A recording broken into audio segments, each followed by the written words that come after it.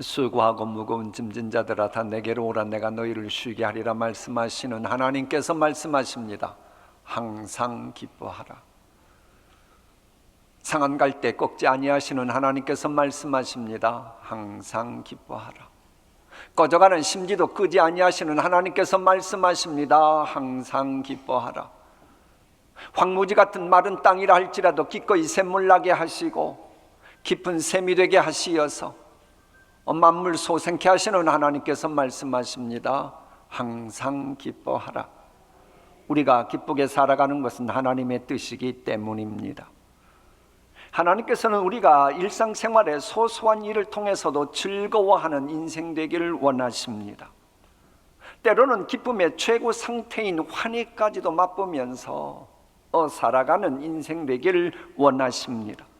꼭 필요한 그 무엇인가를 소유함으로 인해 기뻐하는 만족한 그런 인생 되기를 원하십니다. 성령님께서 주신 기도 제목이 응답되어 기뻐하는 흡족한 그런 신앙생활하기를 원하십니다. 무너진 재단이 수축되고 하나님 나라가 확장되는 것을 방해하는 것들이 제거됨으로 기뻐하는 사기충천한 우리 동심교회가 되기를 원하십니다. 진실로 주님이 주신 꿈과 비전이 구체화되어 가면서 살만 나는 사회생활하면서 기뻐하는 유쾌함이 무엇인지를 경험하고 또한 기쁨이 오랫동안 내 마음을 차지함으로 만들어진 성격, 기쁨, 그것이 몸에 밴 쾌활한 인생으로 이 세상 살아가길 원하고 계십니다. 하나님의 말씀입니다. 항상 기뻐하십시오. 다시 말합니다. 기뻐하십시오. 이제레마야라고 하는 사람이 지은 이 세상에서 하늘 찾아가기라고 하는 책이 있어. 이제 우리나라는 하늘에서 온 이메일 이런 제목으로 번역됐습니다만은 원래 제목은 이 세상에서 하늘 찾아가기입니다. 그 책에 보면 이런 얘기가 나와요. 쉽게 말하면 그 아이들을 둔 젊은 아빠가 오래간만에 아이들과 기쁘고 즐거운 시간 보내기 위해서 놀이공원에 갔습니다. 놀이공원에 가서 이왕이면 제대로 기쁘고 즐거운 시간 보내려고 노트북을 꺼내서 그 놀이공원에 각 기구마다 스릴을 즐길 수 있는 것들이 무엇인가, 우리 자녀들이 정말로 원하시는 것이 무엇인가 하나하나 찾아가며 작업을 합니다. 이왕이면 시간 낭비하지 않고 제대로 즐기기 위해서 그랬습니다. 얼마나 귀한 뜻입니까?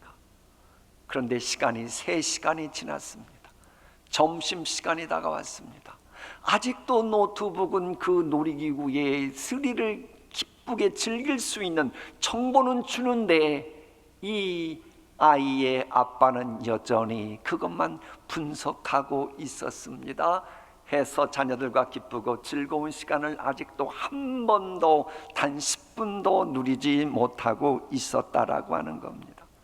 혹시 우리도 하나님께서 우리에게 허락하신 인생살이를 통해서 기쁘고 즐거워할 수 있는 요모조모 은총 베푸셨음에도 불구하고 우리는 기쁘고 즐겁기 위해서 뭘 해야 될지 분석만 하느라 아직도 기쁘고 즐거운 시간 보내지 못하는 그런 분은 안 계십니까? 나름대로 똑똑한 것은 같은데 하나님이 우리 삶 속에 허락하신 기쁘고 즐거운 것을 아직도 하나도 발견치 못하고 그걸 즐기기 위해 분석만 하다가 아직도 하루하루를 주일주일을 몸이 건조하게 보내는 분은 안 계십니까? 매일의 삶 속에는 하나님 아버지께서 자녀 우리에게 허락하신 기쁨이 스며들어 있다고 하는 걸 모르는 분이에요. 여러분, 하나님께서 항상 기뻐하라고 말씀하실 때는 우리의 범사에 기뻐할 소스들이 있기 때문임을 모르는 거예요. 왜 하나님이 항상 기뻐하라고 하셨겠어요?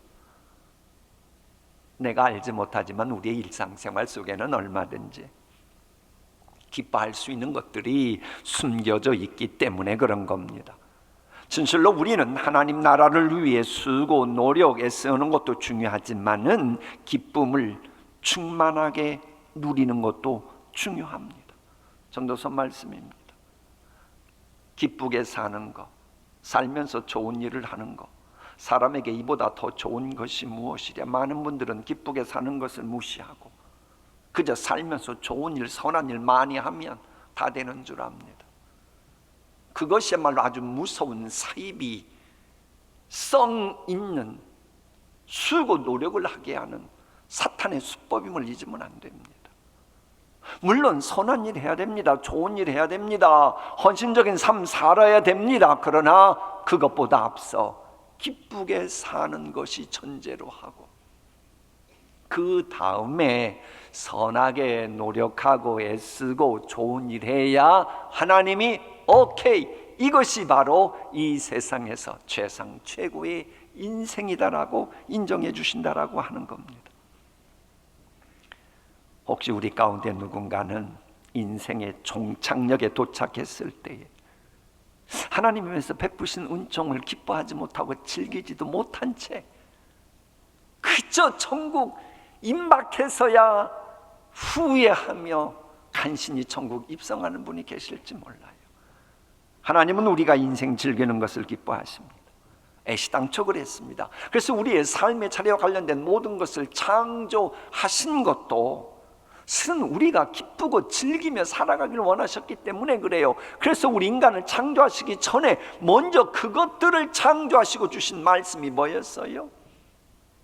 보시기에 좋았더라. 아하, 나의 형상을 닮아 창조된 인간들이 정말로 기뻐하고 즐거워할 수 있도록 모든 게 다 구비되어 있구나. 구비되어 있구나. 그러니 보기 좋았더라. 그러므로 사랑하는 성도님, 이제부터라도 교회방 나가시면서, 아니 지금부터 좀 기뻐하십시오. 교회방 나가서도 하늘을 보고 기뻐하십시오. 구름을 보고도 좀 한번 기뻐해 보십시오. 바다를 보고도 한번 좀 기뻐해 보십시오. 환경 여건을 보고 정말 기도해 보십시오. 그러나 주일날 교회는 빠지지 마시고요, 교회에 오는 것을 기뻐하면서 살아가십시오. 하나님의 음성 듣는 예배를 기뻐하십시오. 하나님은 우리가 매일매일 작은 기쁨일지라도 발견하면서 기쁘게 살아가길 원하십니다. 한번 기뻐하라는 말씀에 순종해 보십시오. 하나님께서는 기쁨이 꼬리에 꼬리를 잇도록 하나님이 강권하실 줄 믿습니다.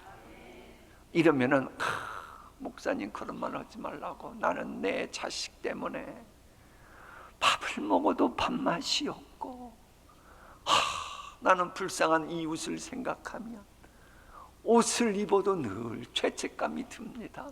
그러는 분이 있어요. 그런 믿음을 하나님이 믿음 좋다 그러실까요? 이와 관련해서 찜 맥기건의 글을 소개합니다.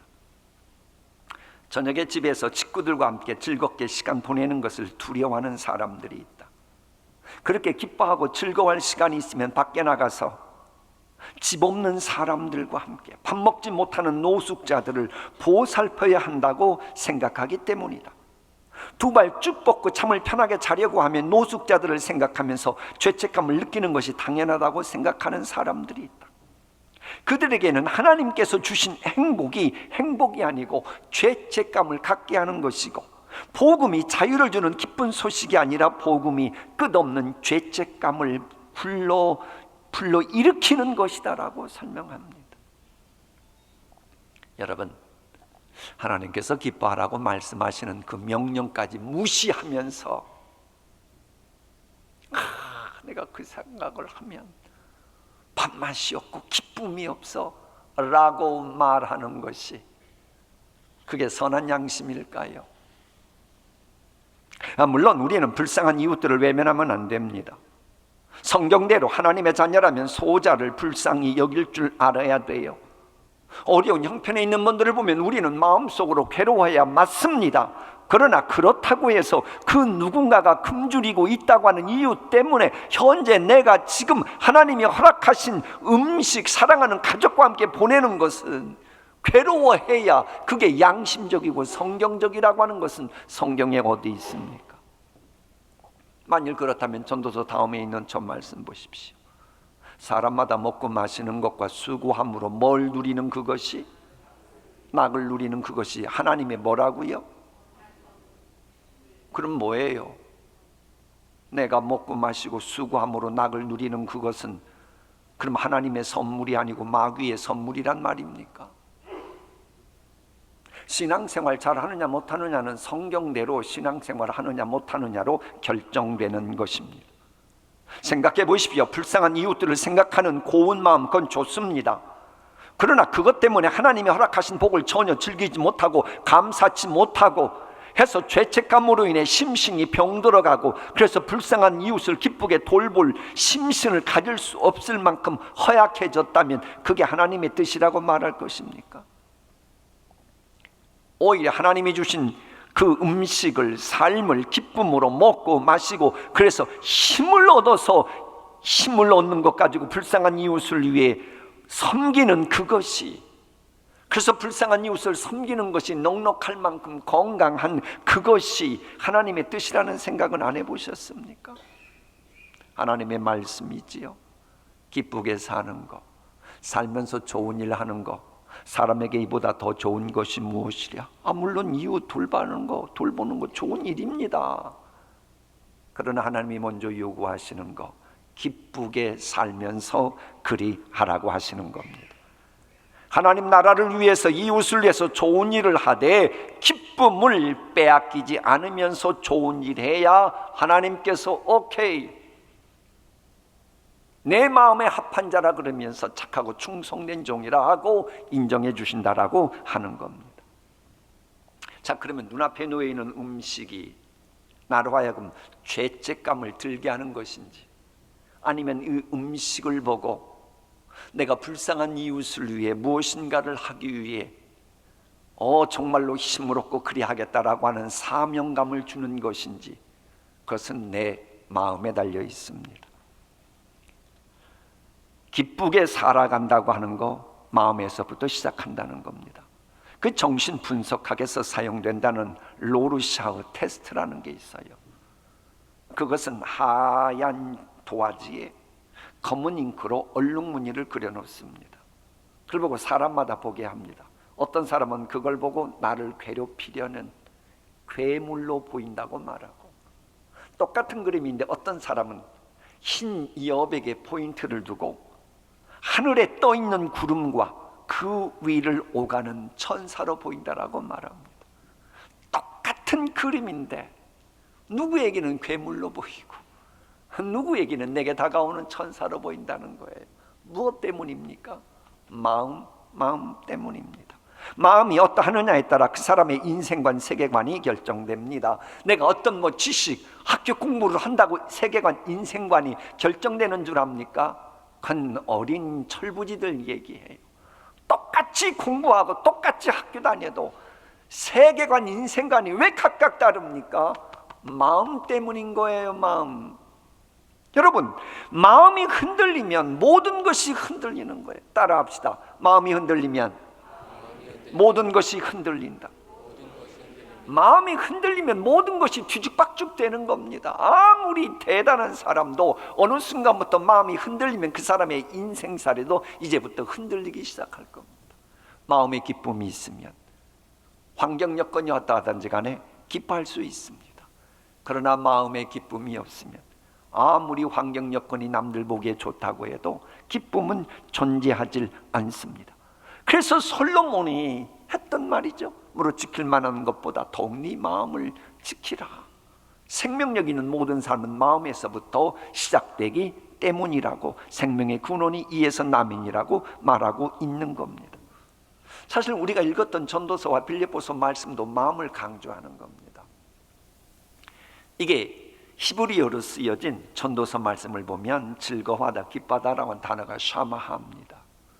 그런데 그 유대인들이 읽는 히브리어로 쓰여진 신약 성경이 제 서재에 있거든요. 한 요만한 건데, 그걸 보면 히브리어로 쓰여진 빌립보서의 기뻐하라고 하는 단어도 똑같이 샤마합니다. 또 갈라디아서 5장에 있는 성령의 열매 희락도 역시 샤마합니다. 이 샤마하라고 하는 이 히브리어 단어는 마음을 강조하는 단어입니다. 여러분의 마음은 지금의 현실을 어떻게 보고 계십니까? 어떻게 해석하고 계십니까? 믿음의 사람들이라면 현실 볼 때 근심, 걱정, 그 염려에 먹구름이 있음을 인정합니다. 그러면서도 창조주 성자 하나님께서 나를 위해 모든 것을 희생하신 마당에 이에 와서 더 이상 아끼실 것이 없음을 알기 때문에 내게 필요하다면 얼마든지 공급하시는 그분을 믿는 믿음으로 현실을 바라보고 해석합니다. 물론 근심, 걱정에 먹구름이 있습니다. 그러나 검은 구름이 있다고 해서 태양이 사라지는 것은 아니잖아요. 성령의 바람이 불면 근심, 걱정, 염려의 먹구름은 사라지더라도 날 위해 죽기까지 사랑하신 우리 주 예수 그리스도는 세상 끝날까지 너와 항상 함께 있으리라 하셨기 때문에 여전히 태양 되신 주님은 나와 함께 계심이 불변한 사실인 겁니다. 그래서 변함이 없으신 주 안에서 항상 기뻐하라고 그러는 겁니다. 저거는 기뻐하는 대상이 주님이심을 강조하는 것이고, 사실 기뻐할 대상이 주님이 되면 성도의 품격이 빛을 발하게 됩니다. 사실 기쁨의 대상이 있다라고 하는 요 용어는 제 용어가 아니고 그 예일대학교의 미로슬라브 볼프 교수가 그런 말을 썼어요. 논문에서. 기쁨은 대상이 있다. 근데 그 말이 맞아요. 감정이 그렇습니다. 사랑하는 감정은 왜 생겨요? 사랑하는 대상이 있기 때문인 거예요. 미워하는 감정은 왜 생겨요? 미워하는 대상이 있기 때문에 그래요. 기뻐하는 감정이 왜 생겨요? 기뻐하는 대상이 있기 때문이에요. 물론 이것에 대한 가장 보다 먼저 말한 일은 볼프 교수가 아니고 토마스 아퀴나스입니다. 그는 저렇게 말했습니다. 기쁨은 우리가 사랑하는 대상과의 연합에 대한 반응으로 일어나는 것이다. 내가 사랑하는 대상이 있을 때 함께 하면 거기에서 반응이 기쁨으로 다가온다고 하는 겁니다. 정말로 이렇게 기쁨의 대상이 중요해요. 그러니까 만약 기쁨의 대상이 돈이다 그러면 돈 있을 때는 기쁘고, 적자면 기쁨이 사라지고, 자식이 기쁨의 대상이다, 나한테 잘하면 기쁨이 있고, 자식이 속썩이면 기쁨이 사라지고, 부모는 이걸 말하는 게 아닙니다. 변함이 없으신 우리 주님만이 참된 기쁨의 대상이시라는 거예요. 자, 그러면 우리가 기뻐할 대상이신 주님도 기뻐하는 그런 감정을 가지셨을까요? 과연 스파냐 말씀 보면서 확인해 보죠. 다 함께 읽어봅니다. 시작. 너의 하나님 여호와가 너의 가운데 계시니 그는 구원을 베푸실 전능자이시라. 그가 너로 말미암아 기쁨을 이기지 못하시며 너를 잠잠히 사랑하시며 너로 말미암아 즐거이 부르며 기뻐하시리라. 두 번째 줄 후반부 너로 말미암아 기쁨을 이기지 못하시며, 전능자가 저렇게 하신다는 거예요. 전능자가 여러분을 보면 좋아가지고 기뻐서 이기지 못하신다는 거예요. 기쁘네. 이건 기쁨을 이기지 못하리라는 표현이 아니죠. 기쁨을 이기지 못한다는 게 뭐예요? 여러분이 스스로 상상을 해보세요. 정말로 전능자 하나님께서 여러분을 보실 때 기쁨을 이기지 못하는 그것이 느껴지십니까? 얼만큼 느껴지시는 겁니까? 전능자가 여러분을 바라보고 기뻐하시는 그 기쁨이 얼마나 구체적으로 내게 다가오는지 그만큼이 여러분의 신앙 정도입니다. 내가 주님 앞에 나아갈 때에 나를 기뻐하시는 주님의 기쁨이 이 정도라면 여러분의 믿음은 이 정도밖에 안 될 것입니다. 여러분은 여러분을 인해 기뻐하시는 전능자의 기쁨을 얼마만큼 느끼고 계십니까? 놀라운 은총을 베푸실 전능자 하나님께서 기뻐하신다면 이제는 우리도 전능자를 기뻐하면서 신앙생활하면 안 될까요? 환경이 힘들고 어렵다 그럴수록 전능자 생각하며 이 모든 것을 이기게 하실 그 하나님 생각하며 기뻐할 수는 없을까요? 진실로 전능자 하나님은 우리가 살아가고 있는 세상살이에 담긴 하늘의 신령한 목과 땅에 기름진 목을 우리가 발견하고 꺼내 쓸 수 있는 열쇠 마스터키가 되십니다. 그래서 세상 살아가는 우리의 기쁨이 얼마든지 구체적이고도 참된 기쁨이 되도록 하실 수 있는 분입니다. 그러므로 우리의 마음속에는 기쁨의 대상이 오직 주님이셔야만 하는 겁니다. 그래서 하늘 보좌까지 흔드는 엄청난 신앙생활이지만은 신앙생활에서 기쁨이 없다면 보석이 없는 보석함에 불과한 거예요. 여러분, 이 신앙생활이 얼마나 대단한 줄 아십니까? 내가 예수의 이름으로 이곳에서 열면 하늘에서 열리잖아요.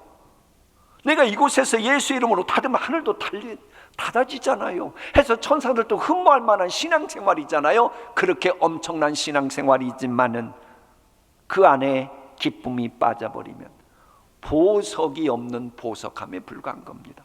별 볼 일 없어진다는 겁니다. 여러분, 복음이 무엇입니까? 유앙겔리온, 기쁜 소식이잖아요.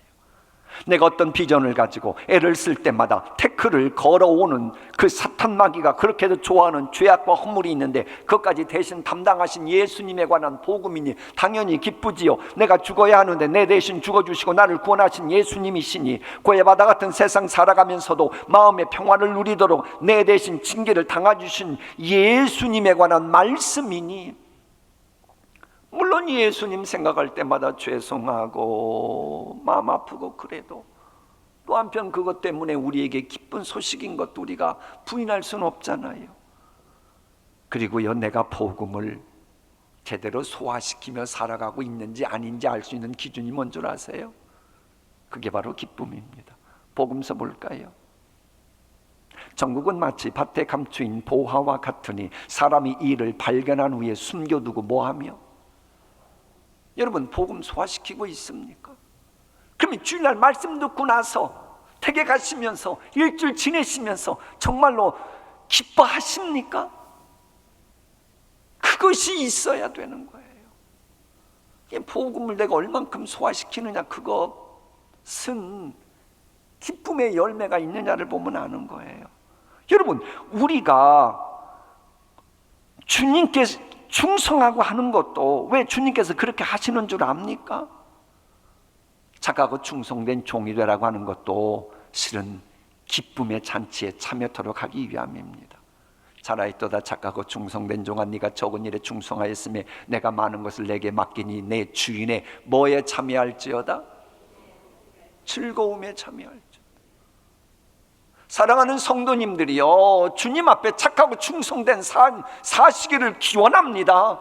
그러나 그러려면 반드시 전능자 하나님의 즐거움의 잔치에 참여하는 이것을 누리는 단계까지 나가야 하는 겁니다. 여러분, 우리가 하나님과 왜 사귑니까? 왜 하나님과 사귐을 가져야 합니까? 이것도 기쁨 때문입니다. 우리의 사귐은 아버지와 그의 아들 예수 그리스도와 더불어 누림이라. 우리가 이것을 쓰면 우리의 무엇이?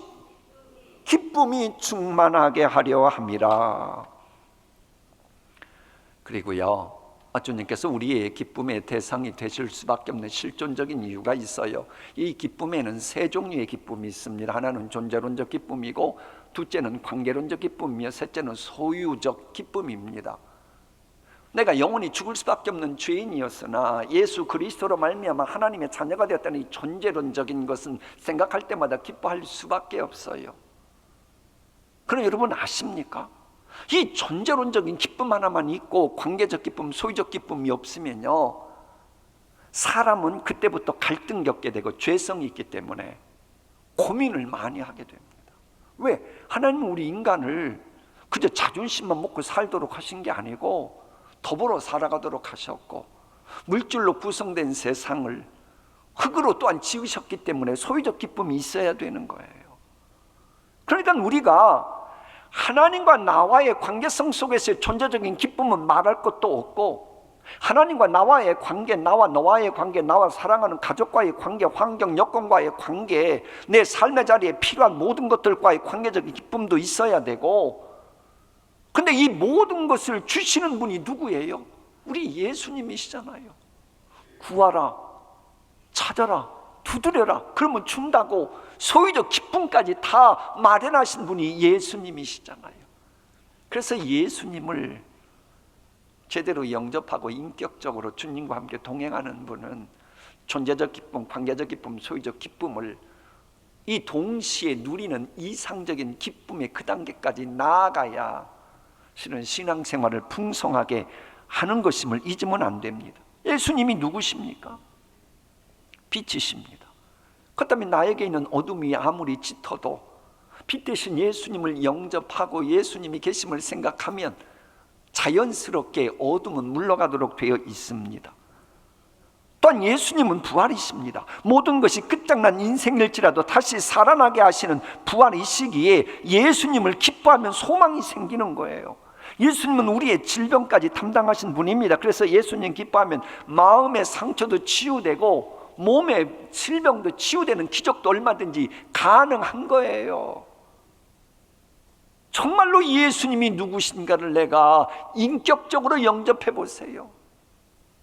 믿음대로 되는 겁니다. 믿음대로. 그런데 예수님은 부활이시다 지식적으로는 알고 있어요. 근데 그걸 소화를 못 시키네.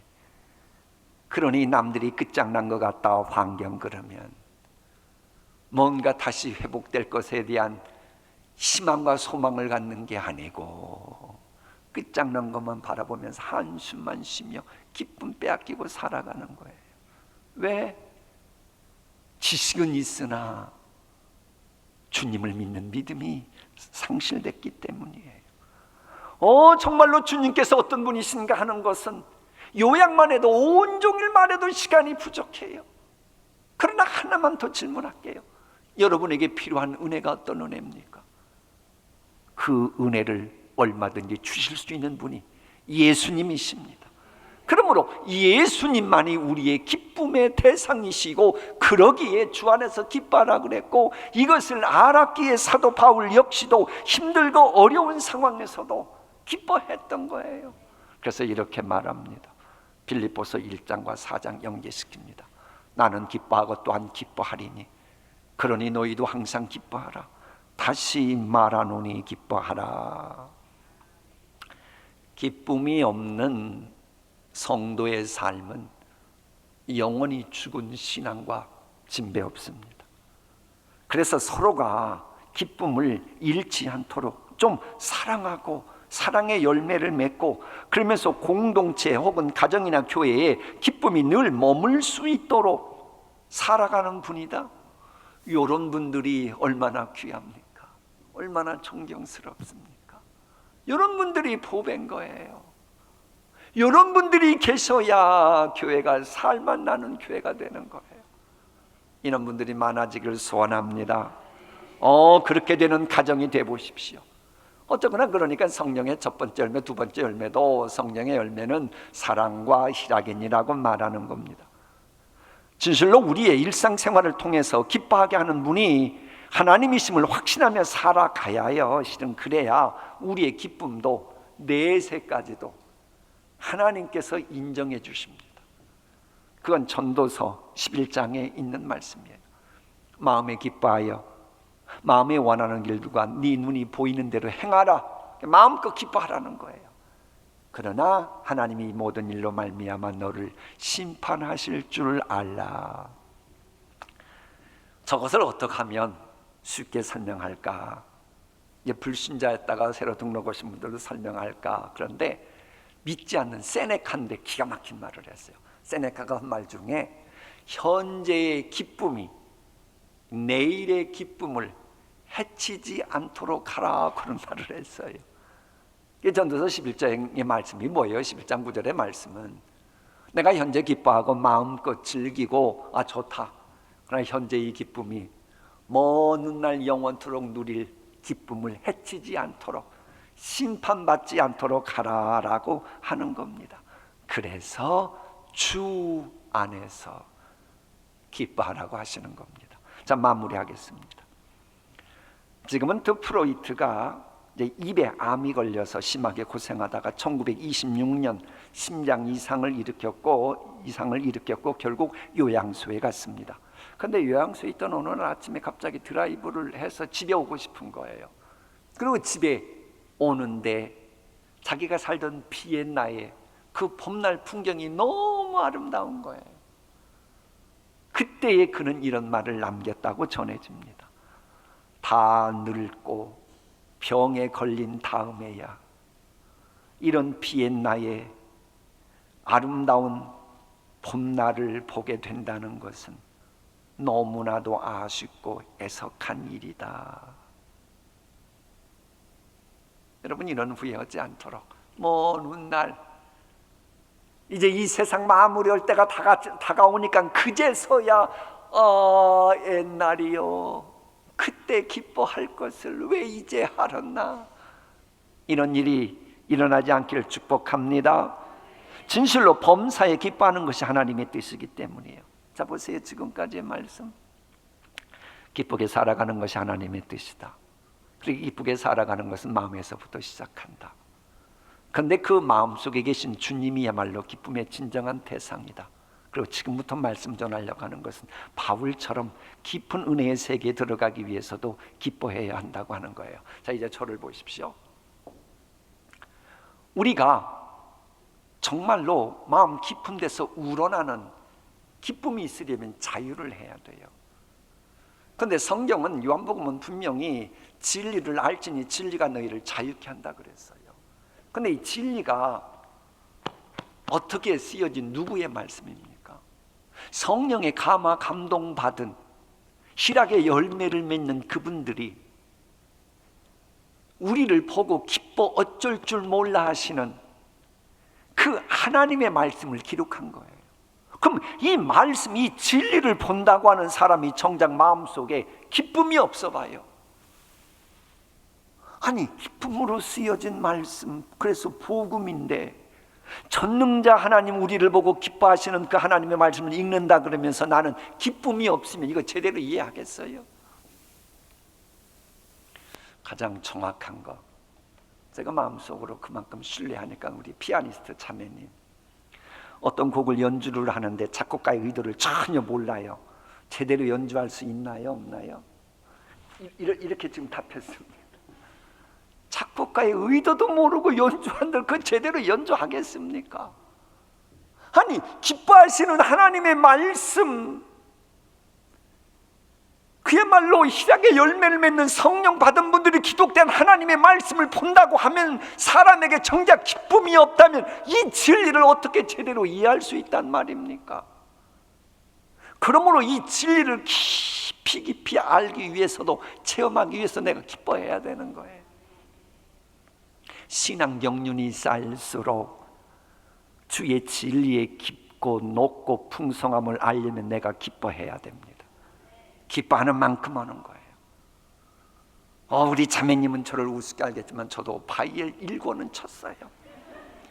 그러나 바이엘 1권 했다고 그 어려운 곡을 연주할 수 있습니까? 바이엘 1권 했으면 한 옥타브 그거 연주하기도 바빠가지고 힘들어해요. 그러나 우리 자매님처럼 많이 연주하신 분이라면 7옥타브에 악보라도 기꺼이 완주할 수 있지 않겠어요? 기쁨 이야기 하려고 그러는 겁니다. 기뻐하라고 하는 말씀에 요만큼만 경험해 본 분은 깊은 은혜의 세계에 들어가지 못해요.